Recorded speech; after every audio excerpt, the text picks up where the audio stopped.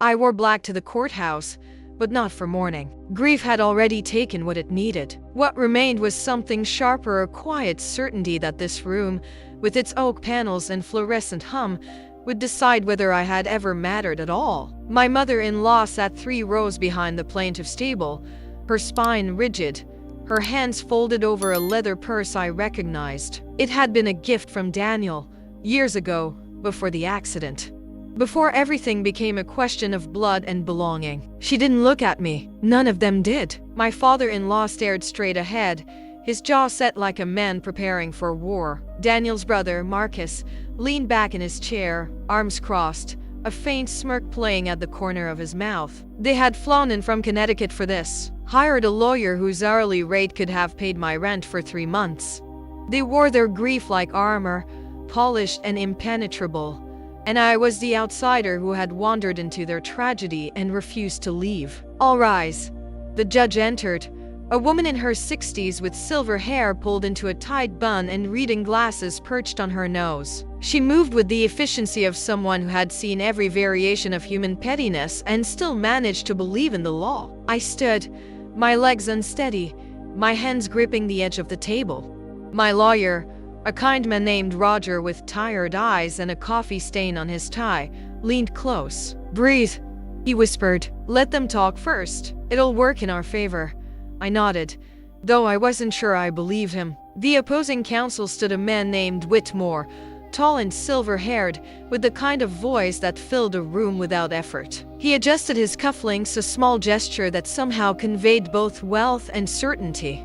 "Your Honor," he began, "this case is, at its heart, about family, about protecting the legacy of a man who loved his parents, his brother, his roots. Daniel Harrington was a devoted son, a loyal brother, and while we do not question the affection he may have felt for the defendant, we must be clear, she is not family, not in the way that matters, not in the eyes of the law, and certainly not in the eyes of those who raised him, who knew him, who share his blood." The words landed like stones. Not family. I felt my mother-in-law shift behind me, a small, satisfied movement. Whitmore continued, his tone measured, almost gentle. "The estate in question, the home in Riverside, the investment accounts, the marital trust, these were built over generations. Daniel's grandfather purchased that home in 1962. His father expanded the business that funded those accounts. This is not merely property, it is heritage. And it is our position that the defendant, having been married to Daniel for only 4 years, and without children, has no rightful claim to what his family spent decades building. For years." He said it like it was nothing. Like the mornings I woke to find Daniel already awake, watching me with that soft, bewildered smile. Like the nights he held my hand through his mother's cold silences at dinner. Like the year he spent in treatment, when I learned the exact rhythm of his breathing, the way his fingers twitched in sleep, the sound he made when pain broke through the medication. 4 years, as if time were the only measure of love. The defendant, Whitmore said, and I hated how he refused to use my name, entered this family under, let us say, unconventional circumstances. She was a hospice nurse. She met Daniel during his father's final illness. The relationship began, one might argue, in a context where vulnerability and gratitude can easily be mistaken for something deeper. I felt Roger stiffen beside me. My hands curled into fists beneath the table. "We do not allege impropriety," Whitmore added, his tone magnanimous, as if he were doing me a favor. "But we do ask the court to consider the context, to recognize that Daniel, in his grief and illness, may not have been in the clearest state of mind when he made certain legal decisions. Decisions that now threaten to strip his family of their rightful inheritance." The judge glanced up from her notes. "Mr. Whitmore, I've reviewed the documentation. The marital trust was established 3 years ago, well after the marriage, and signed in the presence of 2 witnesses and a notary. Are you suggesting your client's son lacked capacity at that time?" Whitmore hesitated, just a fraction. "We are suggesting, Your Honor, that undue influence. I'll hear arguments on that if you wish to pursue it," the judge said, her tone flat. "But I'll remind you that's a high bar. Proceed." He nodded, smoothing his tie. "Your Honor, We simply asked that the court recognize the moral dimension of this case, that it honor the wishes of a family who loved Daniel long before the defendant entered his life, and that it restore to them what is rightfully theirs. He sat down. The room was silent except for the hum of the air conditioning and the faint scratch of the court reporter's keys. My mother-in-law leaned forward, whispering something to Whitmore. He nodded, patting her hand. Roger stood. He didn't have Whitmore's polish, his commanding presence, but his voice was steady. Your Honor, I'll be brief. The law is clear. Daniel Harrington was of sound mind when he established a marital trust. He was explicit in his intentions. He wanted his wife, my client, Emma Harrington, to be provided for, not as a gesture of gratitude, not out of confusion or grief, but because he loved her, because she was his family. He paused, glancing at the papers in front of him. The plaintiffs can argue about blood and heritage all they want, but the law doesn't care about sentiment. It cares about documents, and every document in this case supports my client's claim. The judge looked at me for the first time. Her gaze was unreadable. Mrs. Harrington, she said, do you wish to make a statement? I hadn't expected that. Roger had told me I probably wouldn't need to speak, but now the room was waiting, and I felt the weight of their eyes, my in-laws, the lawyer, the judge. I stood slowly. My voice came out quieter than I intended. I don't want to take anything from them, I said. I never did. I was his wife. I was there, and he wanted me to be okay. My mother-in-law made a small, sharp sound, not quite a laugh, not quite a sob. The judge nodded. Noted. We'll take a brief recess. I'll review the trust documents and hear any additional arguments when we reconvene. The gavel fell. I sat down, my hands shaking. Roger squeezed my shoulder. You did fine. But I didn't feel fine. I felt like I was disappearing, like the room was deciding whether I had ever been real at all. The recess lasted 20 minutes, but it felt like hours. I stood in the hallway outside the courtroom, my back against a cool wall, watching people move past, lawyers with briefcases, families huddled in worried clusters, a janitor pushing a cart that squeaked with every rotation of its wheels. Roger had gone to make a phone call. I was alone. Through the window at the end of the hall, I could see the parking lot, the gray sky pressing down like a held breath. November in Oregon meant rain that never quite committed, just hung in the air, dampening everything slowly. I thought about Daniel, not the Daniel from the hospital bed, thin and pale, his voice reduced to a whisper, but the Daniel from before, the one who laughed too loud at bad jokes, who burned pancakes every Sunday and insisted they tasted fine, who held my face in his hands the night he proposed and said, I don't care what they think. You're mine. I'm yours. That's all that matters. He had known, even then, that his family would never accept me. I wasn't from their world. I hadn't gone to boarding school or summered in the Hamptons. My father drove a truck. My mother cleaned houses. I put myself through nursing school with loans I'd still be paying off if Daniel hadn't I stopped that thought. I didn't want to think about the money, about the trust, about the house in Riverside with its Riverstone fireplace and the garden Daniel had planted the spring before he got sick. I just wanted to remember him, the way he looked at me, the way he made me feel like I was enough. Emma. I turned. Marcus stood a few feet away, hands in his pockets, his expression unreadable. Daniel's younger brother. They had the same eyes, gray-blue, like winter light on water, but where Daniel's had been warm, Marcus's were cold. I didn't think you'd actually show up, he said. I straightened. It's my case. Where else would I be? He shrugged. I don't know. I figured you'd take whatever settlement Roger could negotiate and disappear. Isn't that what this is about? The money? My chest tightened. You really think that's why I married him? I think you saw an opportunity. His voice was calm, almost conversational. I'm not saying you didn't care about him. Maybe you did, but you also knew what you were getting into. A sick man from a wealthy family. It's not exactly a mystery how that story ends. I wanted to slap him. I wanted to scream, but I just stood there, my hands trembling, my throat tight. He loved me, I said quietly. Maybe. Marcus tilted his head. But love doesn't make you family, Emma. You were with him for years. I knew him for 32. Mom and Dad gave him everything. And now you're trying to take it away. I'm not trying to take anything. The trust was a mistake. His voice hardened. He wasn't thinking clearly. He was scared, dying. And you were there, whispering in his ear, making him think. Stop. Roger's voice cut through the hallway. He was walking toward us, his face tight with anger. Mr. Harrington, if you want to speak to my client, you can do it through me. Otherwise, stay away from her. Marcus raised his hands in mock surrender. Just having a conversation. No, you're not. Roger stepped between us. You're intimidating a witness. And if I hear about it again, I'll file a motion.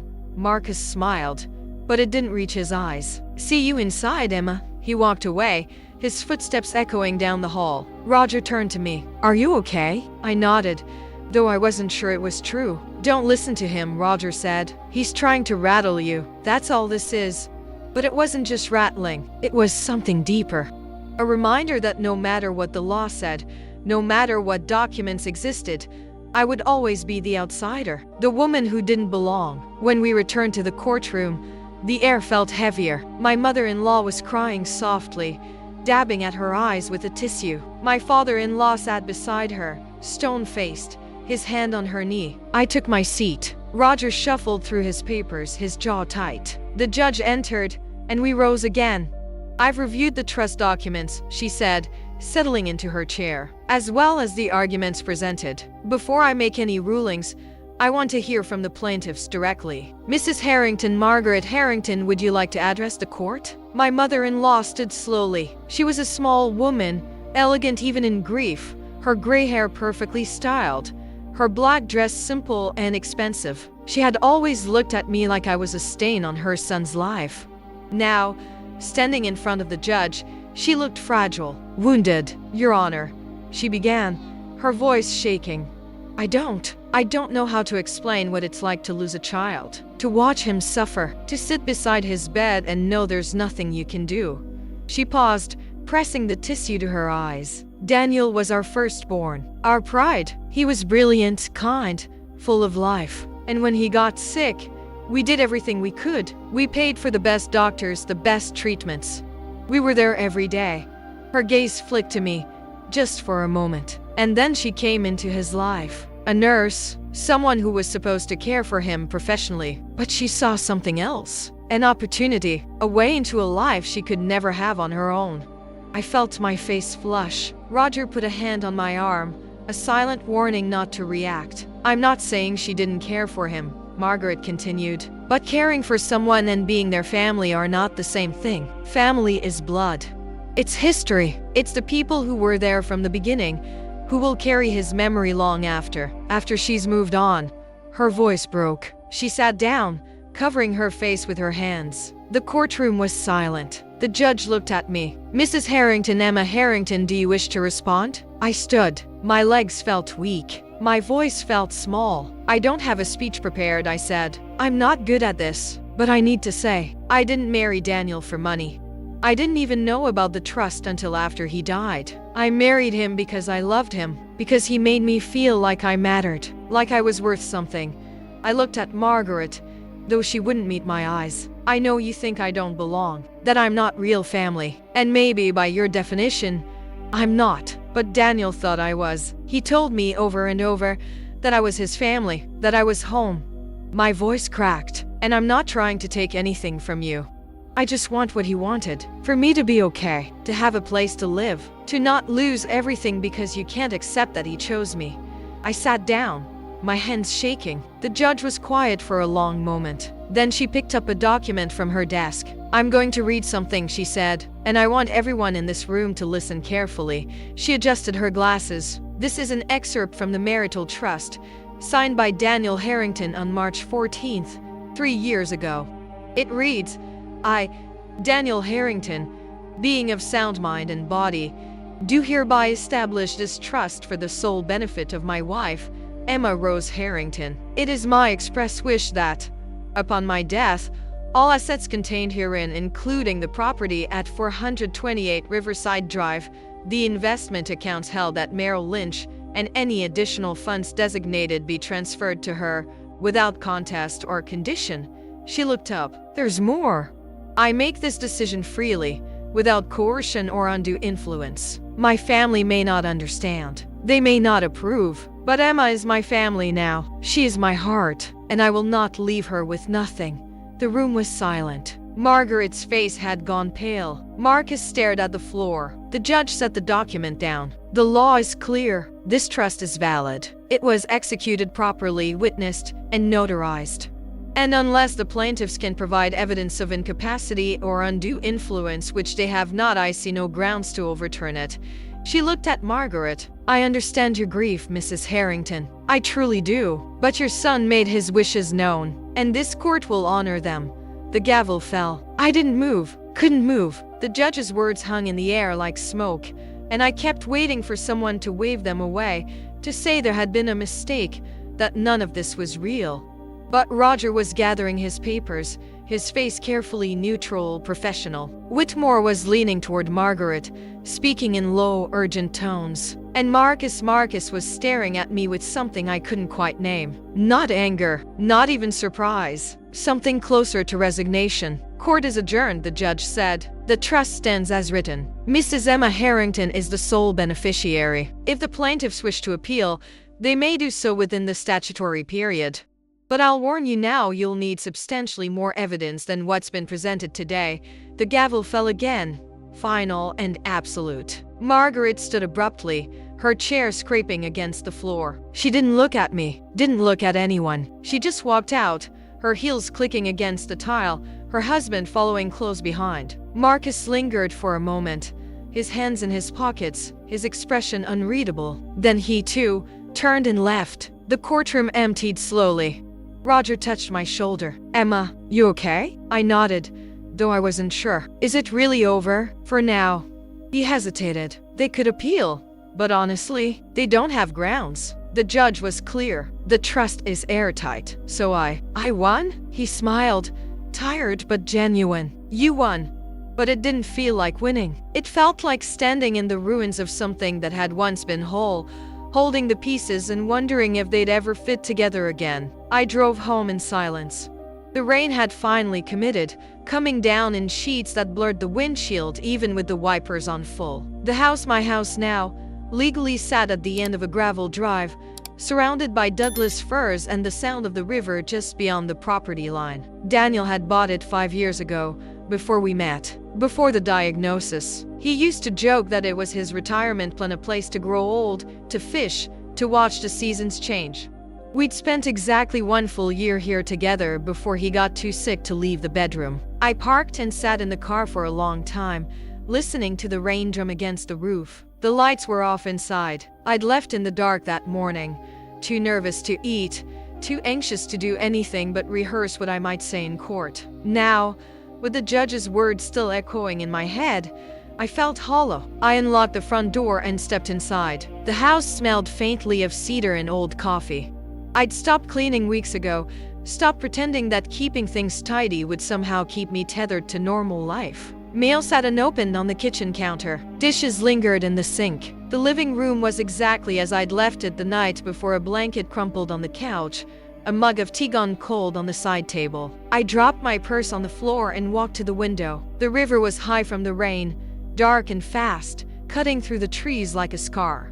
Daniel used to stand here in the mornings, coffee in hand, watching the water. He said it reminded him that everything moved forward, even when you couldn't see where it was going. I pressed my forehead against the glass, my breath fogging the pain. "I did it," I whispered. "I kept the house, just like you wanted." But he wasn't there to hear it, and the silence that answered felt heavier than any words. The call came 2 days later. I was in the garden, or what was left of it. Daniel had planted roses, lavender, a small patch of vegetables that had long since gone to seed. I'd been pulling weeds, not because I cared about the garden, but because I needed something to do with my hands, some way to stop my mind from circling the same thoughts over and over. My phone buzzed in my pocket. I almost didn't answer, but the number was local, unfamiliar, and something made me pick up. "Mrs. Harrington?" "Yes, this is Linda Cho. I'm an estate attorney here in Portland. I was retained by your late husband, Daniel Harrington, about 2 years ago. I'm calling because there's a matter that needs your attention." I straightened, brushing dirt from my knees. "I thought everything was settled. The trust, the will, this is separate," she said. Well, It's easier if I explain in person. Would you be available to meet tomorrow? My office is downtown. I hesitated. What is this about? I'd rather not discuss it over the phone. But I can tell you it's something Daniel specifically requested I handle after the legal proceedings concluded. He was very clear about the timing. My chest tightened. What do you mean after the proceedings? Tomorrow at 10? Her voice was kind but firm. I promise, Mrs. Harrington, it'll be worth your time. I agreed, though I didn't understand why. Linda Cho's office was small but elegant, tucked into a building near the waterfront. She was younger than I expected, maybe 40, with sharp eyes and a warm smile. She gestured for me to sit, then pulled a folder from her desk. "Thank you for coming," she said. "I know this has been a difficult time." I nodded, my hands folded in my lap. She opened the folder. Daniel came to see me about 18 months before he passed. He was very specific about what he wanted. He knew his family would contest the trust. He knew they'd fight you in court. And he wanted to make sure you had support. Support? She slid a document across the desk. "This is a letter. He wrote it for you, but he asked me not to give it to you until after the court case was resolved. He said you needed to face them on your own first, to prove to yourself, more than anyone, that you belonged." My hands trembled as I picked up the envelope. It was thick, cream-colored, with my name written in Daniel's careful handwriting. "There's more," Linda said gently. "But read that first." I opened the envelope slowly, my heart pounding. The letter was 3 pages, front and back, written in the same blue ink Daniel always used. "Emma, if you're reading this, it means you won. I knew you would. Not because the law was on your side, though it is, but because you're stronger than you think. Stronger than they'll ever give you credit for. I'm sorry you had to go through this. I'm sorry I couldn't be there to stand beside you, to tell my mother to stop, to make Marcus see that you're not the enemy. But I also know that you needed to do this yourself, to prove that you're not just my wife. You're Emma, and that's enough. I need to tell you something. Something I never had the courage to say while I was alive. The trust, the house, the accounts, it's not everything. There's more. When I was 25, my grandfather left me a piece of land in eastern Oregon. About 200 acres near the Wallowas. My parents don't know about it. Marcus doesn't know. It was a private inheritance, something my grandfather set up outside the family estate because he and my father had a falling out years before he died. I never told anyone because I didn't want it to become another thing my family fought over. But I'm telling you now, the land is yours, fully paid off. No liens, no mortgages. There's a small cabin on it. Nothing fancy, but it's solid. My grandfather built it himself. I want you to have it, not because you need more property, but because I want you to have a place that's entirely yours. A place my family can't touch, can't claim, can't take away. Go there, Emma. When this is all over, when the dust settles and you're tired of fighting, go there and breathe. I love you. I loved you from the first moment you smiled at me in that hospital room, when I was scared and sick and convinced I was going to die alone. You gave me 4 years of feeling like I mattered, like I was more than my family's expectations or my illness. You were my home, and now I'm giving you one. Yours always. Daniel, I couldn't breathe. The words blurred as tears spilled down my cheeks. I read the letter again, then a third time, my hands shaking so badly I almost dropped it. Linda pushed a box of tissues across the desk. He also left instructions for the deed transfer. It's already been processed. The land is in your name. Has been since the day after he passed. He just wanted you to find out this way, after you'd proven to yourself and to them that you were strong enough to stand on your own. I looked up at her, my vision still blurred. Why didn't he tell me? He said you'd try to refuse it, that you'd think it was too much. He wanted to make sure you couldn't say no. I laughed. A broken, watery sound. That was Daniel, always 3 steps ahead, always protecting me, even from myself. Linda handed me another document. Here's the deed, and the address. It's about a 5-hour drive from here. If you want, I can arrange for someone to meet you there, show you around. I stared at the paper, at the coordinates and the legal description and the small note at the bottom in Daniel's handwriting. For Emma, my heart, my home, thank you, I whispered. She smiled. He loved you very much, Mrs. Harrington. I hope you know that. I did. I always had. But now, holding this letter, this gift, This final act of love, I felt it in a way I hadn't before. Not as a question, not as something I had to defend or prove, just as truth. I didn't tell anyone where I was going. 3 days after meeting with Linda Cho, I packed a bag, clothes, the letter, a thermos of coffee, and drove east. The highway stretched out before me, cutting through the Cascade Range, past snow-dusted peaks and forests so thick they seemed to swallow the light. The rain gave way to clear skies somewhere around Hood River, and by the time I crossed into eastern Oregon, the landscape had transformed entirely. Wide open, endless, the kind of space that made you feel small and infinite at the same time. I followed the coordinates Linda had given me, turning off the main highway onto a gravel road that wound through high desert and pine. The air smelled different here, dry, sharp, clean. No river, no dampness. Just wind and sage and the distant cry of a hawk circling overhead. The cabin appeared suddenly, tucked into a grove of ponderosa pines at the base of a ridge. It was small, just one story, with a stone chimney and a porch that wrapped around the front. The wood was weathered but solid, the windows intact, the roof still holding its shape against the sky. I parked and sat for a moment, staring. This was Daniel's secret, his grandfather's gift, a place no one else knew about.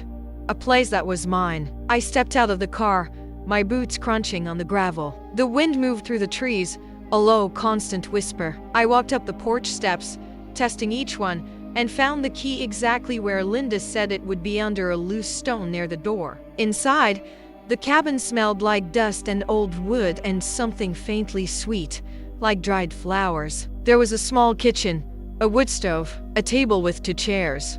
A narrow staircase led to a loft where a bed sat beneath a skylight, the glass streaked with pine needles. On the table, there was another envelope. My name, Daniel's handwriting. I sat down slowly, my hands trembling as I opened it. Emma, if you're here, it means you found it. Good. I wanted to tell you about this place so many times. I wanted to bring you here, to show you the sunrise over the ridge, the way the stars look at night when there's no city light to drown them out.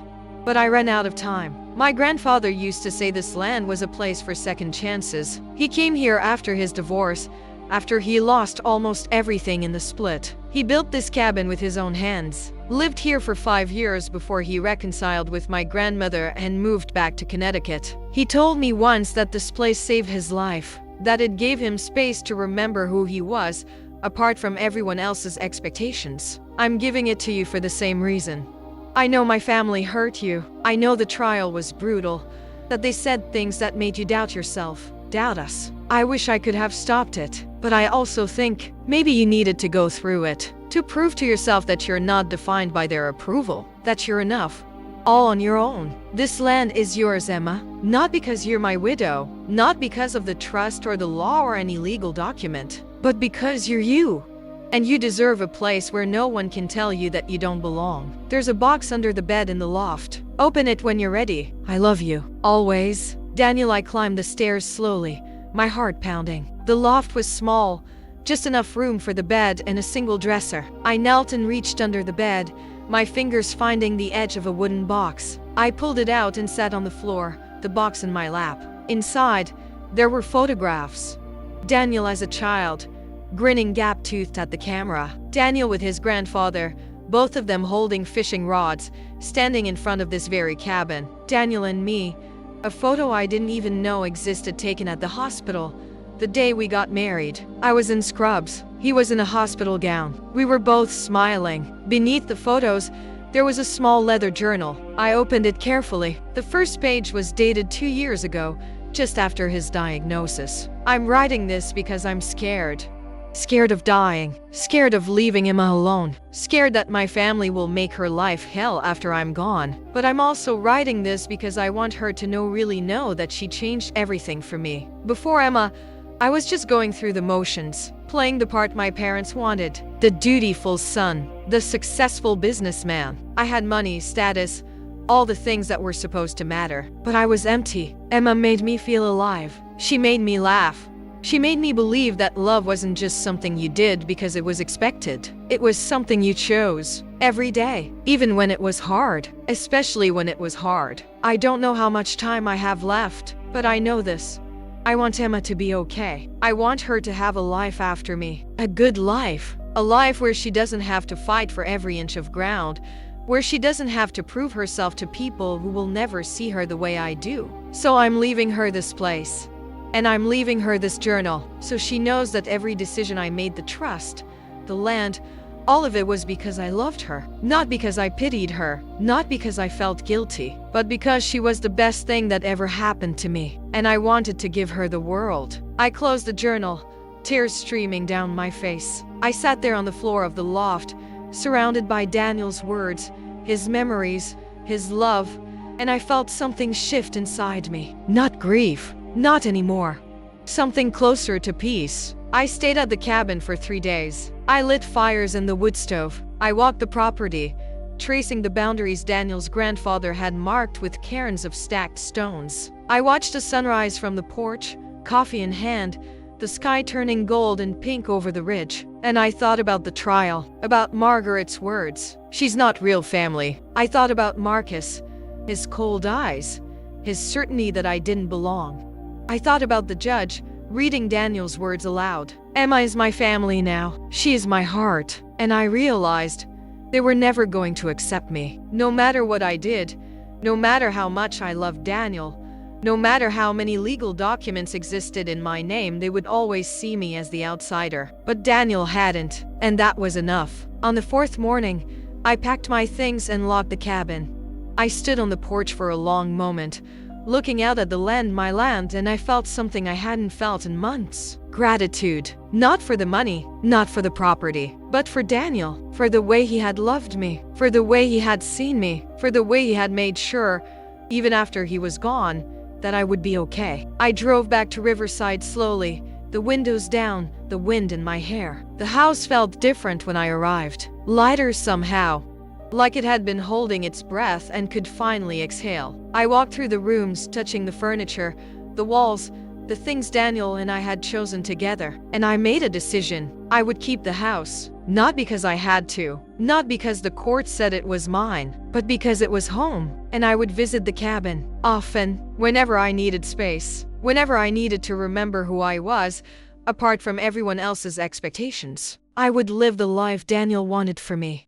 Not in spite of his family, but because of him. The letter arrived on a Tuesday, 6 weeks after the trial. I almost didn't open it. The return address was Margaret's, the house in Connecticut where Daniel had grown up, where family photos lined the walls and everything was polished and perfect and cold. I stood in the kitchen holding the envelope, debating whether to throw it away unopened. But something stopped me. Maybe curiosity. Maybe the faint hope that, after everything, there might be something worth reading inside. I opened it carefully. The handwriting was shaky, uncertain, so different from the composed woman I'd seen in court. Emma, I don't know if you'll read this. I wouldn't blame you if you didn't. I've been sitting at my desk for 3 days, trying to find the right words, trying to understand what I'm even trying to say. I'm sorry. I know that's not enough. I know it doesn't undo what I said in court, the way I looked at you, the things I let Marcus say. But it's the truth. When Daniel died, I felt like I lost everything. My son, my future, the life I'd imagined for him. And it was easier to blame you than to accept that he was gone, that no amount of money or property or legal battles would bring him back. I told myself you were an outsider, that you didn't understand our family, our history, that you'd taken advantage of him when he was vulnerable. But I read the trust documents again after the trial, really read them, and I saw what the judge saw, what she tried to tell me all along. Daniel loved you, completely, in a way I don't think he ever loved anyone else. I don't expect you to forgive me. I don't even know if I deserve to ask, but I wanted you to know that I was wrong. About you, about what you meant to him. He was happy with you, Emma.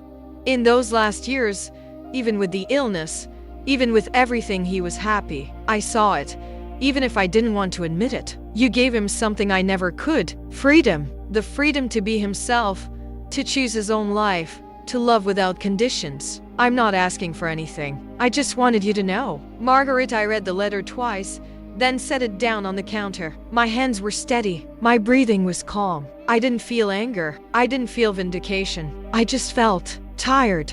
And maybe beneath that, something softer, something like understanding. Margaret had lost her son, and grief made people do terrible things, say terrible things. It didn't excuse what she'd done, but it explained it. I folded the letter carefully and placed it in the drawer with Daniel's journal, his photographs, the deed to the cabin. I didn't write back. Not yet. Maybe not ever. But I didn't throw it away either. Spring came slowly to Riverside. The rain softened into mist.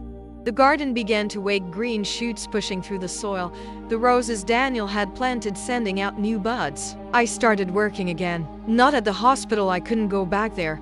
Couldn't walk those halls without remembering. But I found a small hospice clinic in town. A place that needed nurses who understood what it meant to sit with people in their final days. It felt right, like coming full circle. I visited the cabin once a month. Sometimes I stayed for a weekend. Sometimes just a night. I brought books, firewood, groceries. I walked the land, learning its rhythms, its seasons. I watched the stars from the porch and thought about Daniel, about the life we'd had, the life he'd wanted me to have. And slowly, so slowly, I almost didn't notice, I began to feel like myself again. Not Daniel's wife. Not the woman his family had tried to erase. Just Emma. One afternoon in late May, I was working in the garden when I heard a car pull up the drive. I straightened, wiping dirt from my hands, and saw Marcus step out of a black sedan. My first instinct was to go inside, to lock the door, to pretend I wasn't home. But I stayed where I was, waiting. He walked toward me slowly, his hands in his pockets, his expression uncertain. He looked older than I remembered. Tired. "Emma," he said, "I wasn't sure you'd still be here. Where else would I be?" He nodded, glancing at the house, the garden, the river beyond. "It looks good. The place. You've been taking care of it." I didn't respond. He shifted his weight, uncomfortable. "I came to apologize for what I said at the courthouse. And before. He trailed off, searching for words. "I was angry at Daniel for leaving, at you for being here when he wasn't. It wasn't fair. No," I said quietly. "It wasn't." He looked at me, really looked at me. For the first time. "He loved you. I know that now. I think I always knew it. I just didn't want to admit it." "Why not?" "Because it meant he chose you over us, over the family, and that hurt." I understood that, more than I wanted to. "I'm not asking you to forgive me," Marcus said. "I just wanted you to know that I was wrong, and that I'm sorry." I studied him for a long moment. Then I nodded. "Okay." He seemed surprised. "Okay. I'm not going to forget what you said, or what your mother said, but I'm also not going to spend the rest of my life holding on to it. Daniel wouldn't want that. And neither do I." Marcus smiled faintly, sadly. "He was lucky to have you. I was lucky to have him." He nodded, then turned to leave, but he paused at the car, looking back. "If you ever need anything, I won't," I said, not unkindly, just honestly. He understood. He got in the car and drove away. I stood in the garden for a long time after he left, the sun warm on my face, the sound of the river a constant, gentle murmur. And I thought about family, about what it meant, about blood and choice and the spaces in between. Daniel's family would never fully accept me. Maybe Margaret's letter was a step. Maybe Marcus's apology was another. But I didn't need their acceptance anymore. I had Daniel's love. I had his words. I had the home he'd built for me, the land he'd given me, the life he'd wanted me to live. I had myself, and that was enough. That night, I sat on the porch with a glass of wine and Daniel's journal. I read his words again slowly, letting them settle into me like roots finding soil. "You were my home, and now I'm giving you one." I looked out at the river, at the trees silhouetted against the darkening sky, at the first stars beginning to appear. "Thank you," I whispered, "to Daniel, to the universe, to whatever force had brought us together and carried me through to the other side." The wind moved through the pines, soft and steady, like a breath, like an answer. I closed the journal and went inside, leaving the porch light on a small beacon in the dark, a reminder that I was here, that I had survived, that I was home. And for the first time in a long time, that was enough.